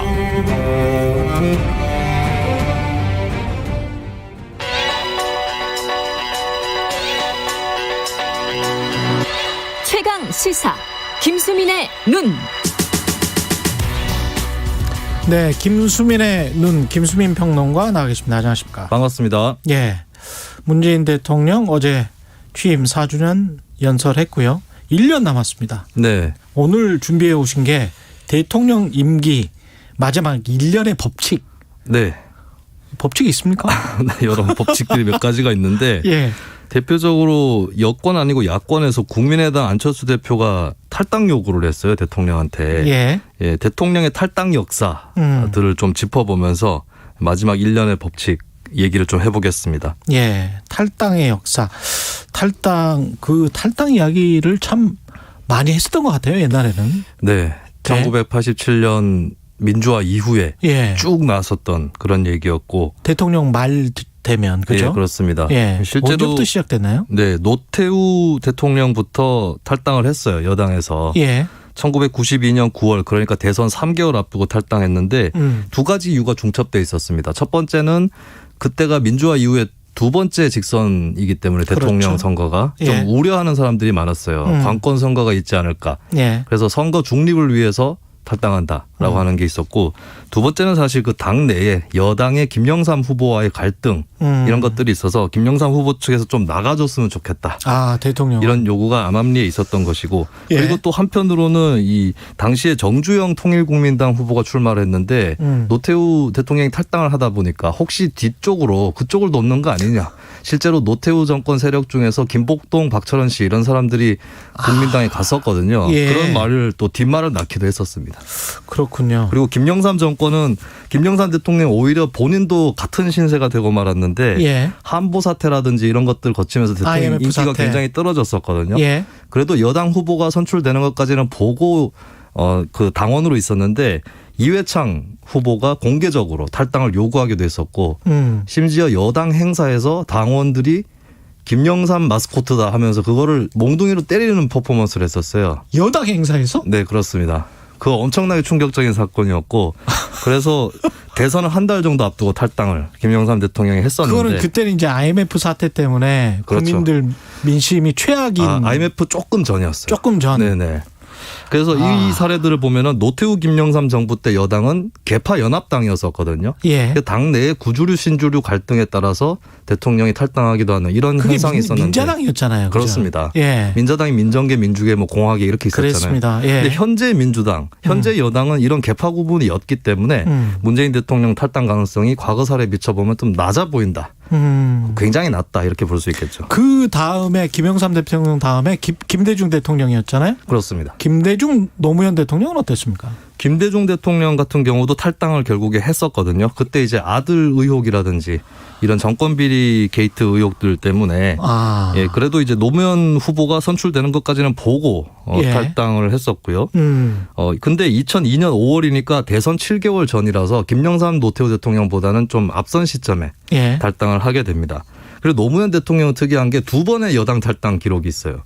그래요? 네, 첫 번째는 여당인 민주당이 열린우리당 이렇게 분당을 하면서 탈당을 하고 네. 한동안 무소속으로 있었고 총선을 거치고 나서 열린우리당이 입당을 하는데 결국에는 나중에 대통령 인기가 떨어지니까 여권 내에서 요구가 있었고 대통령이 부담을 느끼고 대선 한 10달 정도 앞두고 탈당을 하게 됩니다. 근데 문재인 대통령 같은 경우는 아직까지 무슨 아들 비리 같은 사안은 없는 거고 예. 또 노무현 전 대통령만큼 인기가 낮고 이런 건 아니기 때문에 여기에 비춰봐도 탈당 가능성은 좀 낮다고 볼 수 있겠죠. 역대 4년 차 중에서 가장 높다는 거 아니에요 지금? 그렇다고 봐야 되죠. 예. 네. 지금 이명박 박근혜 전 대통령은 임기 중에 그러면 이분들은 탈당 안 했었던 것 같은데. 여기서 탈당의 역사가 멈추게 되는데 예. 이 사례도 한번 살펴볼 만합니다.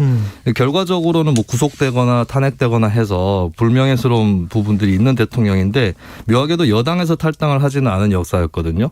이명박 전 대통령 같은 경우는 박근혜 전 대통령하고 평화적으로 당내 권력을 이양을 했어요. 예, 그런 과정에서 막판에 있었던 임기 말에 있었던 총선에서도 여당이 승리를 했었고 구태여 새로운 후보 입장에서도 대통령한테 탈당을 요구하지 않는 그런 국면이 됐었고 박근혜 전 대통령 같은 경우는 이게 탈당할 새도 없이 탄핵이 돼버렸잖아요. 예. 그러고 나서도 자유한국당 주류가 범친박이었기 때문에 한동안 당적을 갖고 있다가 홍준표 대표가 다시 안착을 하고 2017년 11월에 후불제처럼 출당이 된 거예요. 예, 이런 걸 봤을 때는 일단은 차기 주자와의 관계가 무난하면은 어떤 당내 장악력도 크고 하면 임기 중 탈당 가능성은 낮다라고 하는 거. 이 법칙이 보이는 거고 사실 이 부분에서 이명박 박근혜 전 대통령과 문재인 대통령이 또 비슷한 데가 있죠. 당내 어떤 권력이라든지 이런 것들. 듣다 보니까 참 저는 그런 생각이 드네요. 정치라는 게 정말 무자비하구나. 네. 예, 민심의 양배에 따라서 예, 조직에 아무리 공헌을 했다고 하더라도 네. 이분들이 다 당대표를 했던 그런 사람들이잖아요. 그렇습니다. 대통령을 했던 사람들이. 네. 참 지금 현재 문재인 대통령 같은 경우는 어떻습니까? 이 탈당 가능성은 앞에 제가 살펴봤던 그 전직 대통령들하고는 좀 사정이 다르기 때문에 가능성이 굉장히 낮고 그럼 안철수 대표는 탈당을 왜 촉구했느냐 했을 때 안철수 대표는 진영 논리에서 벗어나서 남은 기간을 운영해라 이런 차원에서 했거든요. 이게 묘하게 노무현 전 대통령이 잠깐 생각했던 거하고 비슷합니다. 이게 나중에 윤태영 씨가 쓴 바보 산을 옮기다라는 책으로 늦게 알려진 건데 2006년경에 노무현 전 대통령이 내가 탈당을 해야겠다. 왜냐하면 내가 여당에 있으면 야당에서 어떤 습관적으로 반대를 하기 때문에 한다. 이걸 벗어나기 위해서 내가 탈당해야겠다. 이런 방침을 밝혔다가 정동영 당시 여당 의장이 만류를 해서 또 탈당을 하지 않았다. 이런 것이 있는데 근데 이제 문재인 대통령이라고 해서 노무현 전 대통령하고 국정 스타일이라든지 이런 것들이 같다고 볼 수는 없는 것이고 실제로 또 노무현 전 대통령도 이것을 결행하지는 않았기 때문에 안철수 대표의 탈당 촉구는 글쎄요 문재인 대통령 입장에서는 그렇게 제고할 여지는 없을 것 같습니다. 마지막으로 전당대회 연기론하고 대통령 무슨 탈당 문제랄지 지지율 문제 이것과 연계가 됩니까? 이게 차기 주자가 치고 올라가면 대통령이 기울어지는 이런 역사가 좀 있기 때문에 대통령 직계 쪽에서는 좀 경선 연기 이런 것들을 바라고 싶어하는 게 있는 것 같긴 한데 최대한 늦춰자. 근데 역대 대선에 징크스가 있습니다. 항상 보면 2017년 대선은 보궐선거니까 제외하고 급하게 치러졌으니까요. 나머지 선거들 보면은 먼저 후보로 선출하는 쪽이 대선에서 승리를 했거든요. 이걸 봤을 때는 또 민주당에서 좀 고민이 필요한. 그러니까 국민의힘보다는 좀 빨리 할 필요가 있지 않느냐. 연기를 하더라도 그 사이 어느 선에서 절충이 될 수도 있지 않을까 그렇게 보입니다. 김수민의 눈 김수민 평론가였습니다. 고맙습니다. 공정한 공정한 경쟁, 투명한 평가로 개천에서도 용이 날 수 있다는 믿음을 줄 수 있어야 우리 세대의 이 잔인한 임금의 격차를 다음 세대까지 물려줄 수는 없지 않겠습니까? 모두에게 정의로운 그런 땅을 물려줘야 하지 않겠습니까? KBS 뉴스 홍사훈입니다. 오후 4시 5분 홍사훈의 경제쇼. 경제도 이제는 저 홍반장 홍사훈입니다.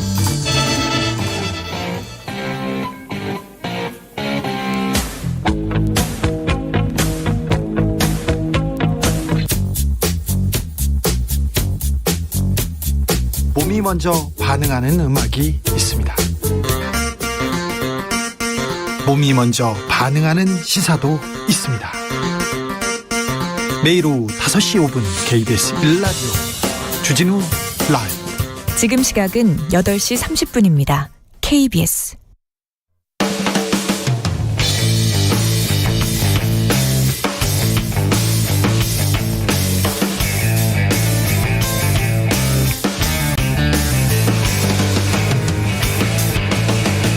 최경영의 최강 시사. 최경영의 최강 시사 특별 기획. 2030의 시대가 온다.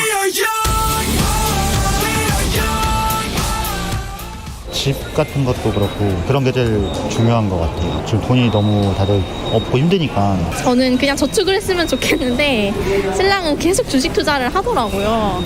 신랑이 계속 얘기해요. 자기야 은행에 넣어서는 아무것도 할 수 없어. 지금 이렇게 벌어서 자기가 뭐 월급에서 뭐 한 60%를 저축한다고 해서 집 살 수 있을 것 같아? 절대 안 돼. 우리한테 지금 남은 건 주식뿐이야. 주식을 안 하면 우린 집을 살 수가 없어. 계속 그렇게 얘기를 하거든요. 점점 이제 자산 격차가 심해지다 보니까는 이게 처음부터 기회조차 주어지지 않는 거에 대한 상대적인 박탈감 이런 거를 이제 많이 느끼게 되는 것 같아요. 더 엄청 진보였는데 이제 조금씩 이제 중도로 가는 것 같아요. 그러니까 예전에 그냥 보수 쪽에서 오랫동안 집권할 때는 진보가 이제 정권을 잡으면은 많이 바뀔 거라고 생각했는데 또 막상 보니까는 약간 실망스러운 부분도 있고. 불공정도 저는 그것도 능력의 일부라고 보기 때문에 솔직히 부정하진 않잖아요.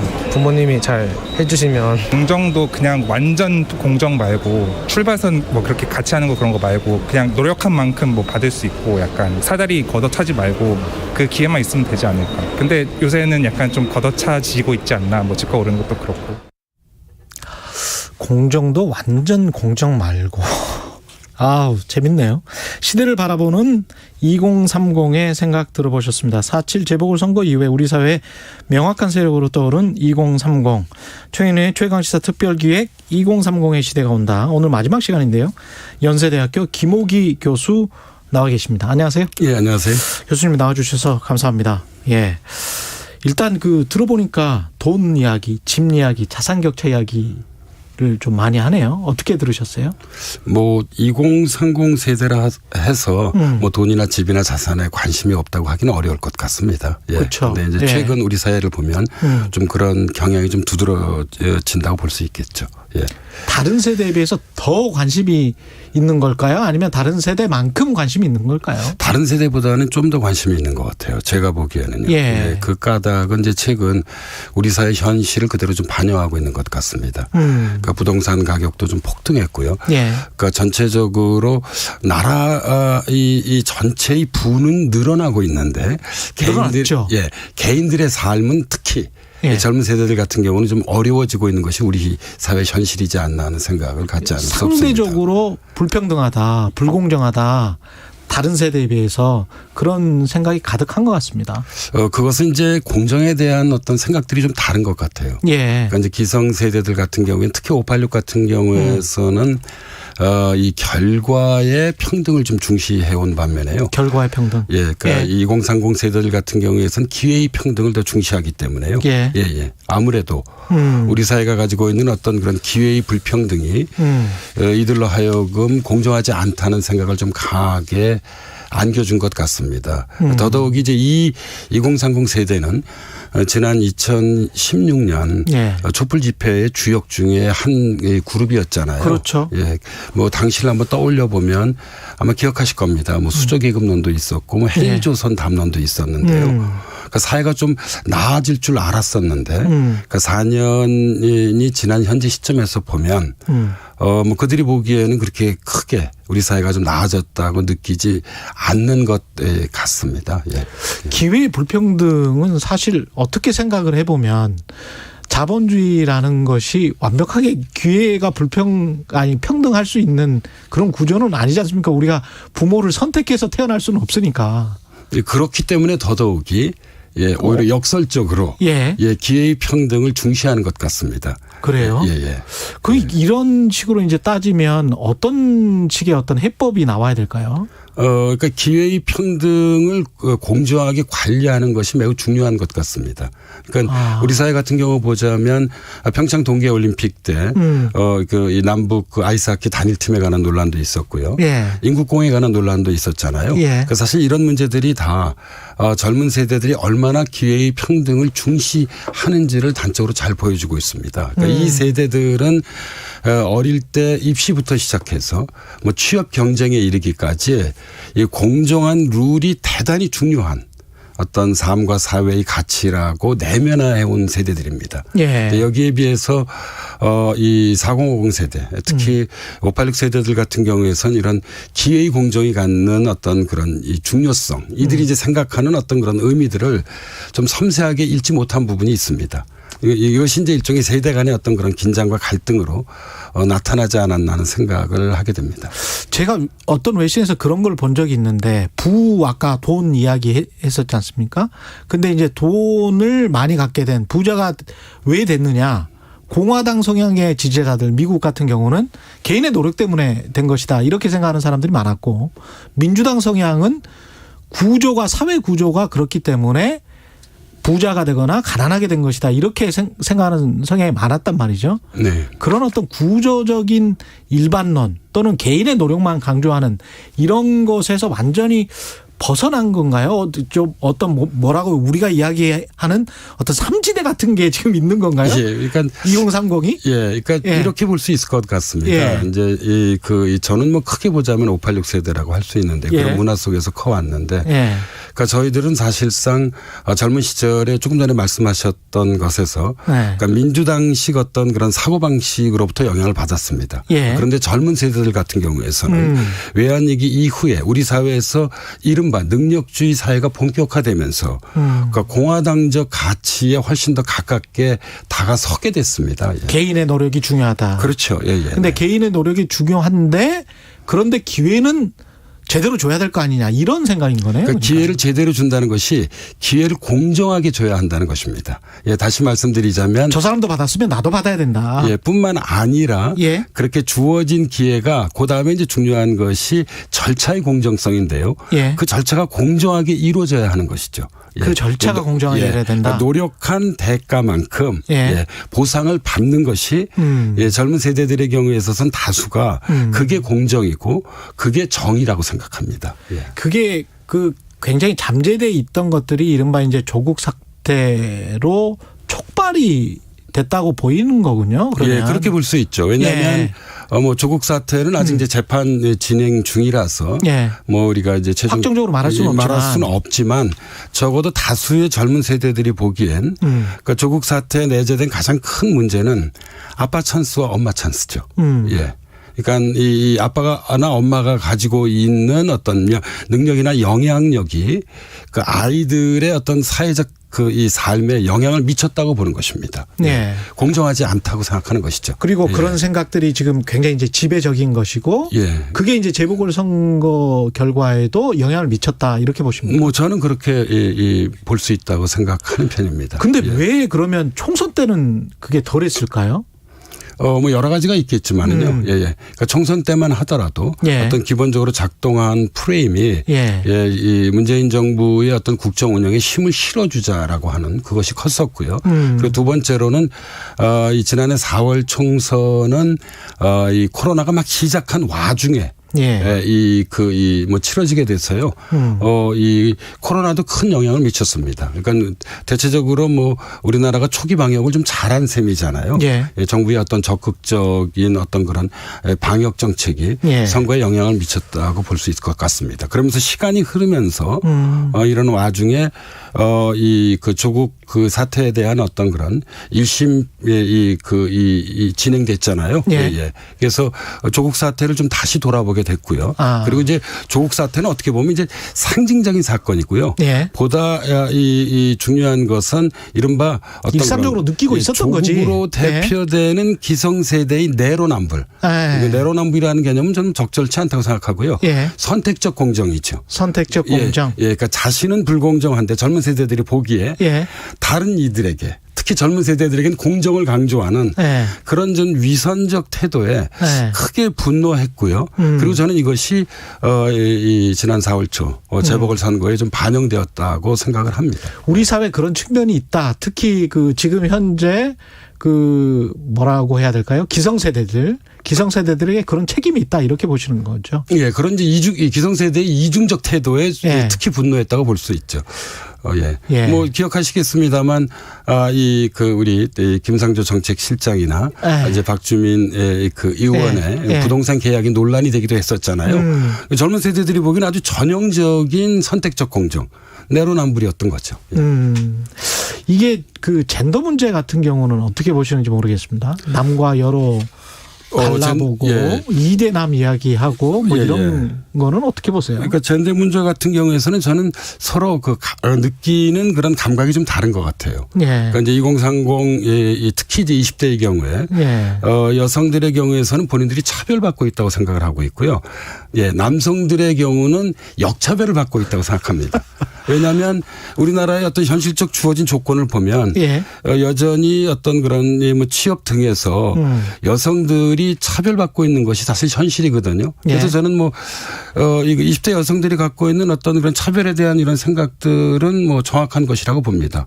그런데 이제 여기와 결합해서 이 우리나라에서도 이제 페미니즘 운동들이 거세게 일어났었잖아요.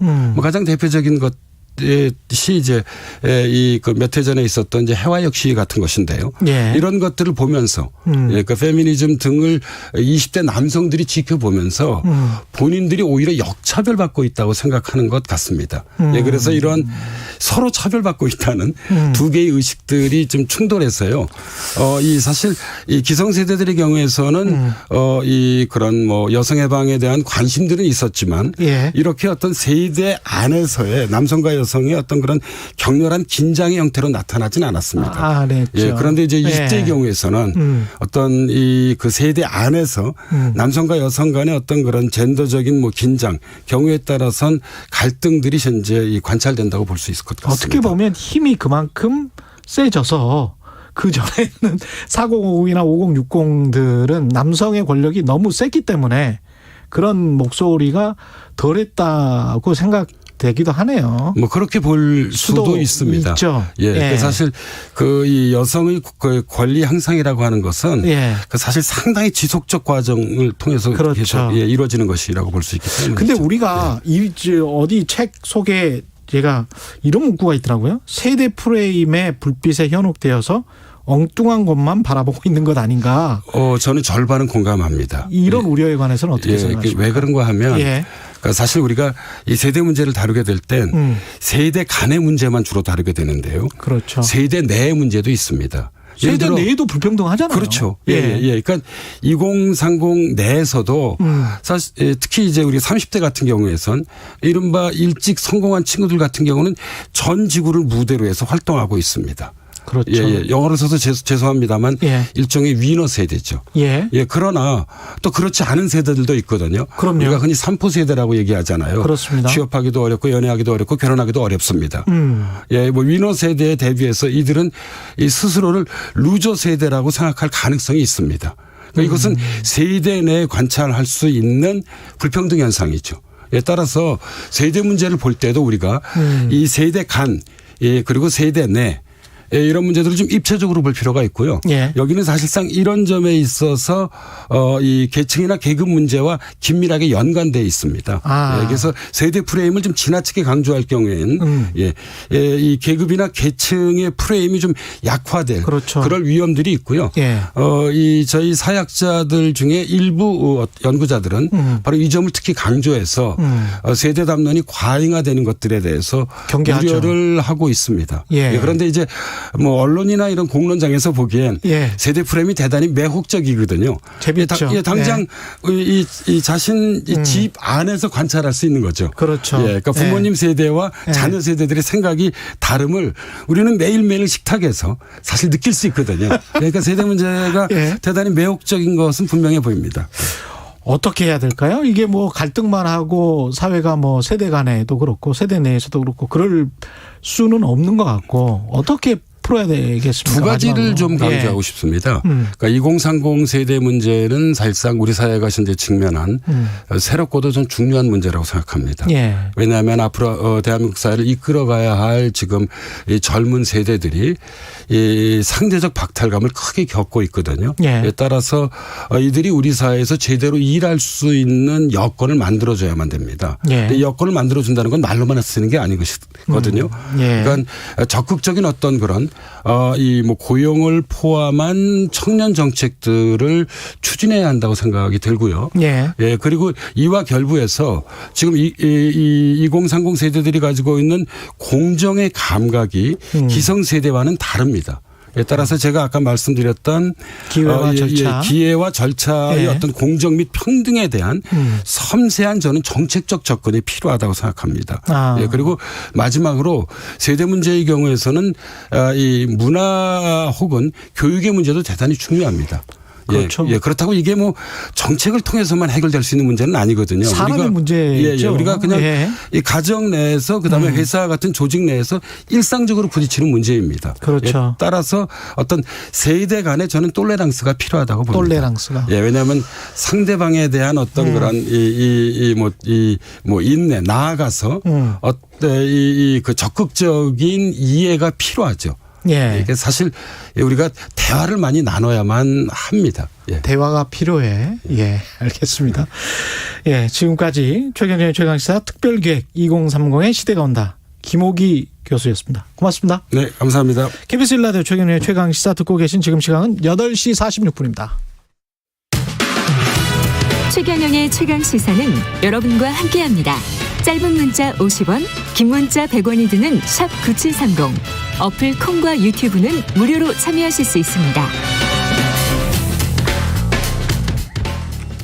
네, 오늘은 미얀마에서 쿠데타가 일어난 지 100일이 되는 날인데요. 봄의 혁명이라 불리는 미얀마 시민들의 투쟁 뜨거웠지만 내전 가능성까지 거론되는 상황 여전히 심각해 보이고요. 태국 방콕에 있는 KBS 김원장 특파원 전화로 연결해서 자세한 현지 소식 들어보겠습니다. 약간 음성이 늦게 들립니다. 이 점 참조해 주시기 바랍니다. 현재 미얀마 상황부터 여쭤볼게요. 민주화 시위 또 군경의 폭력 진압 이게 지금 계속되고 있는 거죠, 김원장 특파원? 네, 큰 시위는 사실상 불가능한데요. 이 군경이 언제든 어디서든 발포하니까 여기저기서 시위가 큰 시위가 없는데도 여기저기서 시민들이 총에 맞아 죽고 있습니다. 이달 들어서만 제가 지금 계산을 해보니까 22명이 죽었고요. 며칠 전에는 15살, 그러니까 9학년 학생도 총에 맞아 린잔이라는 지역에서 총에 맞아 죽었고. 토요일 날 그 유명한 시인 깨띠라는 시인이 있는데 죽어서 그 다음 날 가족에게 시신이 왔는데 장기가 없는 시신이 왔다 이렇게 현지 언론이 보도하고 있고요. 깨띠는 그들은 머리를 쏘지만 혁명은 우리 가슴 속에 있다 뭐 이런 시를 썼나 봅니다. 그래서 그 시가 지금 빠르게 퍼지고 있습니다. 이 군이 시위 진압하면서 발포도 하지만 아시다시피 뭐 별다른 이유 없이 쏘기 때문에 미얀마 시민들이 쓴 SNS를 보면 독재라고 부르는 것보다 이 테러리스트라고 부르는 경우가 훨씬 많습니다. 테러리스트라는 표현이 적합하겠네요. 독재 테러리스트들이네요. 이게 지금 현지가 지금 통신도 차단되고 취재 보도도 다 통제되고 있죠. 그렇습니다. 네. 그렇지만 인터넷을 24시간 통제할 수는 없잖아요. 예. 미얀마도 산업이 돌아가야 되고, 뭐, 인터넷 24시간 막으면 정신 어떻게 돌릴 겁니까? 예. 공부도 아마 인터넷 없이는 안 될 겁니다. 그러니까 중간중간 풀어주면 그때 이렇게 SNS가 쫙 올라오고 국민들이 소통하고 그렇습니다. 네. 예. 그러면서 이제 그런 상황에서 인터넷으로 현지 상황을 접하고 있는 거죠? 그렇습니다. 예. 그리고 이제 아시다시피 이제 언론을 거의 다 폐간시켰습니다. 미얀마 현지 언론을? 미얀마 나우 같은 또 미찌마, DVD. 처음에 제가 이렇게 인용하던 언론사들이 다 거의 다 문을 닫았습니다. 하지만 지금도 제가 방금도 구글을 쳐보니까 이라와디는 기사가 올라옵니다. 그러니까 기자들이 지금 미얀마 나우 같은 기자들은 태국 국경지대 밀림에서 태국 그 휴대폰 유심칩으로 숨어서, 왜냐하면 미얀마 유심칩은 추적이 되니까 정말 목숨 걸고 잡히면 뭐 죽는다고 봐야 합니다. 예, 목숨 걸고 쓰는 거죠. 어제도 제가 9시 뉴스에 그 미얀마 나우의 영상 중에 반군에 투항한 미얀마군 소령의 인터뷰를 썼는데, 그러니까 그분들이 취재를 해준 거죠. 네. 그래서 영상 제공 미얀마 나우라고 써서 보도했습니다. 네. 지금 쿠데타 발생 후에 한 100일 지났는데 사망자랄지 체포 구금된 사람들의 숫자는 어느 정도인가요? AAPP라는 홈페이지가 있습니다. 거기 들어가 보면 사망자의 신원, 사진, 직업, 나이, 심지어 어디에 총을 목덜미에 총 맞았다 이렇게 다 정리되어 있습니다. 매일매일 정리가 됩니다. 제가 방금 확인했더니 781명이 사망했고요. 781명. 3,843명이 여전히 구금돼 있고 1,561명이 수배 중인데 이거 별 의미 없습니다. 왜냐하면 수배 중인 사람은 수배하고 잡는 게 아니니까요. 그렇죠. 제가 훨씬 더 죽었을 가능성도 높네요. 그죠? 그렇습니다. 그리고 지금 어디로 잡혀가서 어떻게 됐는지 모르는 가족들이 너무 많으니까요. 예. 아니 근데 국민들 생계나 생활은 이런 상황이면 어떻게 되나요? 많이 어려워지고 있는 거죠. 유엔 개발 계획이 내년까지 미얀마가 5,500만 명 됩니다. 예. 그런데 그 중에 한 2,500만 명이 1.1달러, 하루에 1.1달러로 생활하는 빈곤층으로 추락할 것이다. 이렇게 경고했고요. 실제 현지분들, 물가가 너무 오르고 있고, 디젤 같은 경우에 1리터에 500잣 하던 게 지금 900잣 넘어가니까 거의 생활 물가가 폭등하고 있다. 원래 아시잖아요. 자국의 화폐 가치가 추락하면 폭락하면 이렇게 수입에 의존하는 경제는 안에서 뭘 만들지 못하는 경제는 물가가 치솟기 마련입니다. 전부 수입해서 써야 되니까. 미얀마 같은 경우는 또 자원보국이니까. 그렇습니다. 예를 들어 봉제 공장도 미국이나 중국, 유럽 쪽에서 발주를 해야 되는데 이런 서방 세계 쪽에 발주가 끊기면서 공장이 다 문을 닫았습니다. 그러니까 일자리가 끊겼고 10여 년 전부터 정말 투자가 굉장히 물밀듯이 들어왔는데 이건 지금 누가 투자하겠습니까? 올해 미얀마가 동남아 최빈국 중 10년 전부터 이제 개방하고 문민정부 들어서고 중국, 싱가포르, 일본, 우리나라 이런 굉장히 많이 투자해서 해마다 6%, 8% 이렇게 성장하다가 올해 이제 유엔의 최빈국 지정에서 벗어날 예정이었는데 딱 그 지점에서 쿠데타가 난 겁니다. 안타깝네요. 근데 이게 중국의 영향 이야기를 많이 하는데 중국이 대체 이제 미얀마에 어떤 정도의 영향력을 가지고 있는 건가요? 중국은 미얀마와 국경을 2,200km나 맞대고 있고요.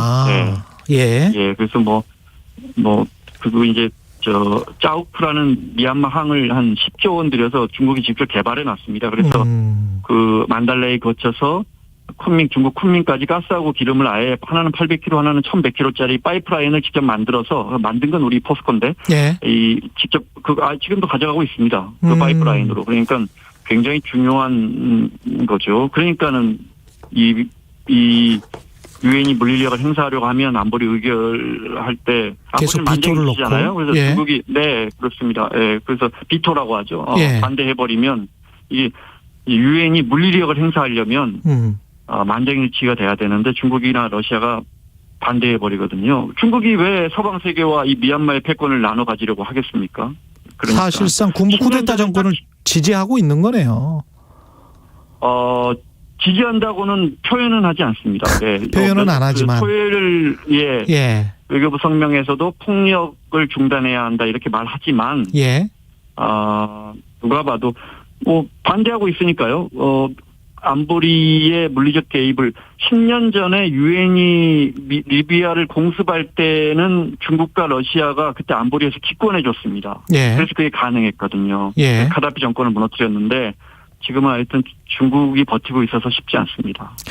그 반군부 진영 민족통합정부가 시민방위군을 창설을 했는데 이렇게 되면 내전의 가능성도 커지게 되는 겁니까? 그렇습니다. 카렌반군, 카친반군 이런 데는 규모도 크고 60년 동안 독립투쟁을 했던 소수민족들하고 연대해서 미얀마 시민들이 쿠데타 군부와 한번 싸워보겠다 이런 겁니다. 이미 그 NUG라는 통합정부도 만들었고 헌법 초안도 나와 있습니다. 그런데 이제 이 깊이 들어가면 반군들이 원하는 건 이게 사실은 민주정부라기보다 그 민족의 독립일 거 아닙니까? 본인들의 권력. 그동안 그 버마족들이 수십 년 동안 독립시켜준다고 해서 안 됐거든요. 그래서 반군으로 싸워온 거죠. 그래서 아웅산 수치 정부도 자치정부 약속했지만 거의 지키지 않았고 어느 연방정부가 소수민족의 독립을 원하겠어요. 그러니까 소수민족 반군들이 지금은 시민들과 연대를 하지만 과연 민주정부가 들어선다고 쿠데타 군부를 무너뜨리고 민주정부가 들어서도 우리를 독립시켜줄까 이렇게 복잡하게 얽혀 있습니다. 그러면 가령 이제 우리가 상상하는 최상의 시나리오는 UN 평화유지군 같은 게 들어가서 야 싸우지 말고 쿠데타 이 정부 임시정부를 좀 만들어 가지고 뭔가 선거를 다시 해가지고서 여기서 민주정부를 만드는 거 뭐 이런 거잖아요. 이럴 가능성은 없나요 전혀? 그러니까 유엔이 연합해서 물리력을 의결하지 않는 이상 개별 국가가 나서야 되는데 미국이 나서지 않는다면 그렇죠. 예를 들어 우리나라 같은 나라가 나설 수 있을 텐데 그게 가능하겠습니까? 그렇죠. 이건 또 네, 미얀마군은 51만의 대군입니다. 51만 명이에요? 국민소득이 우리 23분의 1인데 이 가난한 나라 군대가 51만 명입니다. 외국 훈련돼 있고 그동안 계속 국지적 교전에 익숙한 군대입니다. 여기 전쟁 들어가면 내전 들어가면 시리아처럼 된다는 게 그래서 나오는 말입니다. 쉽게 이길 수 있는 군대가 아닙니다. 알겠습니다. 지금 전망이 뭐 그렇게 밝아 보이지는 않네요. 네. 아마 질이 멸렬한 쉽게 끝나지도 않을 겁니다. 소수민족 반군이 60년간 버텨온 군대인데 쉽게 끝나지도 않고 희생자만 늘어나는 그런 승자도 없이 그런 내전이 될 가능성이 높습니다.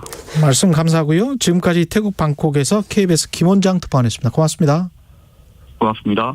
많은 분들이 김원장 기자에게 응원 문자 보내줬습니다. 여김춘다님, 미얀마 상황 안타까워요. 김원장 기자님도 조심하세요. 잼마님, 김원장 기자님 건강 조심하십시오. 이렇게 보내주셨습니다. 5월 11일 화요일 KBS 1라디오 최경영의 최강시사 오늘은 여기까지고요. 저는 KBS 최경영 기자였습니다. 고맙습니다.